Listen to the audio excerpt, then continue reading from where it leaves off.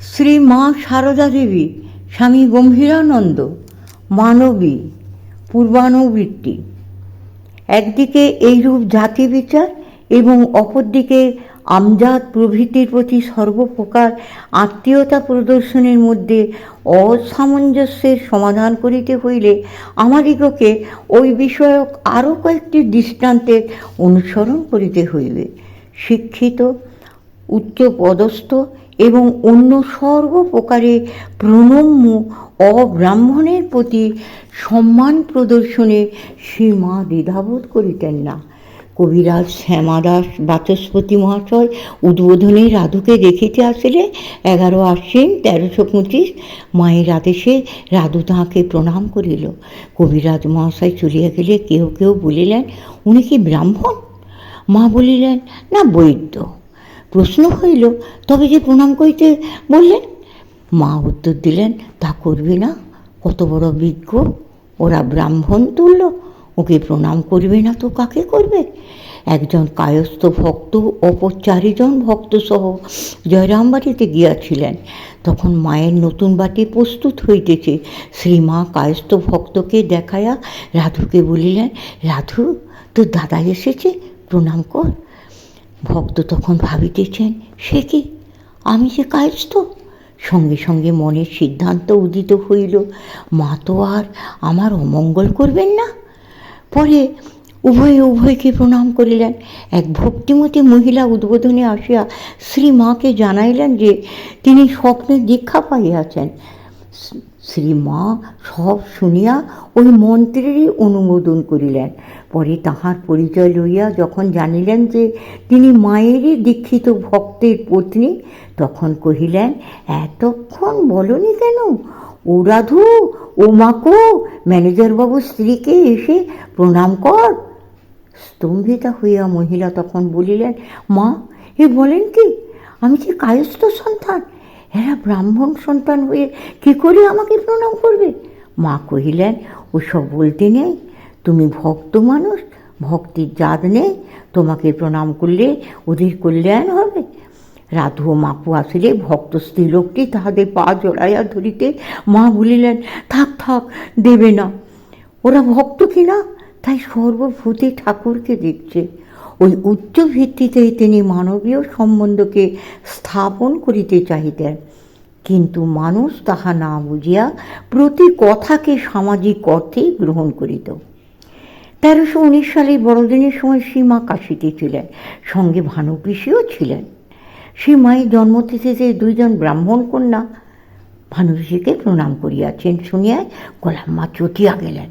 যেহেতু তাহার মতে ব্রাহ্মণরা গোয়ালাত মেয়েকে প্রণাম করলে ছোট জাতের অহংকার বৃদ্ধি হয়, তাহারা ধরাকে সরা মনে করে। মা কিন্তু সব শুনিয়া গোলাম্মাকেই দোষী সাব্যস্ত করিয়া বলিলেন, গোলাপের কাণ্ড দেখো, উৎসবের দিন সকলে আনন্দ করবে, আর ও কিনা এদের মনে কষ্ট দিচ্ছে। তোমরা কিছু মনে করো না মা, ভক্তভাবে সকলকেই প্রণাম করা চলে। শ্রুতিবায়ুর সমাধানকল্পেও মা এই অন্তর্দৃষ্টির সাহায্য লইতেন। নলিনী দিদি ভেজা কাপড়ে আসিয়া বলিলেন, কাকে? তাহার কাপড়ে প্রস্রাব করিয়াছে, তাই আবার স্নান করিয়া আসিয়াছেন। মা বলিলেন, বুড়ো হতে চললুম, কাকে প্রস্রাব করে কখনো শুনিনি। বহু পাপ মহাপাপ না হলে কি মন অশুদ্ধ হয়? শুচিবাই, মন আর কিছুতেই শুদ্ধ হচ্ছে না, আর শুচিবাই যত বাড়াবে তত বাড়বে, যতই বাড়াবে তত বাড়বে। আর একবার তিনি নলিনী দিদিকে বলিয়াছিলেন, আমি তো দেশে কত শুকনো বিষটা মারিয়ে চলেছি, 2 বার গোবিন্দ গোবিন্দ বলতুম, ব্যাস সব শুদ্ধ হয়ে গেল। মনেতেই সব, মনেই শুদ্ধ, মনেই অশুদ্ধ। এইরূপ বহু সমস্যা তাহার নিকট উপস্থিত হইত। সচল সমাজে বহু অটল প্রাচীন দেশাচার পদে পদে জীবন দুর্বিষহ করিয়া তোলে। ধর্মের সুদৃঢ় ভিত্তিতে প্রতিষ্ঠিত অথচ ভবিষ্যৎ দৃষ্টিযুক্ত ও সহানুভূতিপূর্ণ প্রগতিশীল মনে সব সংকট মুহূর্তে পথ প্রদর্শন করিতে সমর্থ হয়। সীমা বলিতেন, দেশাচার মানতে হয়, কিন্তু তাহার মতে তাই বলিয়া দেশাচারের নামে মানুষকে পিষিয়া মারা চলে না। বঙ্গের কোনো কোনো অংশে বিধবা মেয়েরা আহার আদি সম্বন্ধে খুব কঠোরতা করেন। এক বিধবার ঐরূপ কঠোরতার সংবাদ পাইয়া মা তাহাকে বলিয়াছিলেন, তুমি রাত্রে রুটি পরোটা ইত্যাদি খেও, ঠাকুরকে নিবেদন করে খেও। অর্থাৎ দেশাচার মানিয়া অন্ন গ্রহণ না করিলেও শরীর রক্ষার অনুরূপ যুক্তিপূর্ণ ব্যবস্থা করা উচিত। এই বিষয়ে শ্রীমায়ের স্বাভাবিক বিচারশক্তি ও সহানুভূতি শ্রী শ্রী ঠাকুরের একদিনের ব্যবহার দ্বারা প্রভাবিত হইয়াছিল বলিয়া মনে হয়। সেদিন একাদশী শ্রীযুক্ত যোগীর মা তাহার বিধবা খুড়িমাকে লইয়া দক্ষিণেশ্বর গিয়াছেন। খুড়িমা নির্জলা উপবাস করিয়াছেন। আগের দিনেও বাড়ির কি একটা কার্যবশত তিনি অন্ন গ্রহণ করেন না।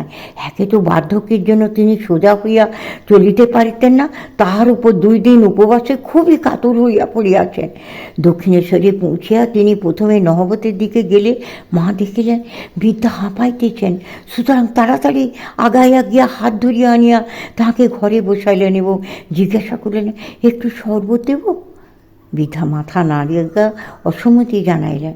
খুড়িমা একটু সুস্থ হইলে যোগীর মা তাহাকে ঠাকুরের ঘরে লইয়া চলিলেন। সে মাও সঙ্গে গেলেন। ঘরের সিঁড়িতে উঠিতে গিয়া বৃদ্ধা একেবারে মাটিতে ঝুঁকিয়া পড়িতেছেন দেখিয়া ঠাকুর এক প্রকার ছুটিয়া আসিয়া তাহাকে ধরিলেন এবং যোগীর মাকে জিজ্ঞাসা করিলেন, এমন হাঁপাচ্ছে কেন? যোগীর মা কারণ বলিলেন। অমনি উদ্বেগ ভরে মায়ের দিকে চাহিয়া ঠাকুর বলিলেন, তুমি একে একটু শরবত খাইয়ে দিতে পারলে না? মা উত্তর দিলেন, আমি বলেছিলাম, ইনি রাজি হননি। ঠাকুর অমনি শিকা হইতে চিনি নামাইয়া গঙ্গা জলে শরবত করিয়া বৃদ্ধার মুখে ধরিয়া বলিলেন, খাও। বৃদ্ধা একবার অর্থপূর্ণ দৃষ্টিতে ঠাকুরের দিকে চাহিলেন, পরে বিনা বাক্যবয়ে শরবতটুকু পান করিয়া বুকে হাত দিয়া বলিলেন, বুকটা ঠান্ডা হলো বাবা। ক্রমশ